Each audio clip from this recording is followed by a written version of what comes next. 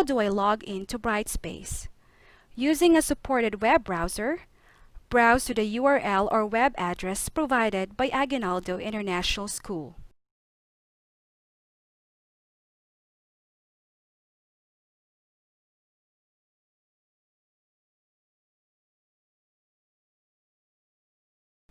Enter your username and password. Click Login.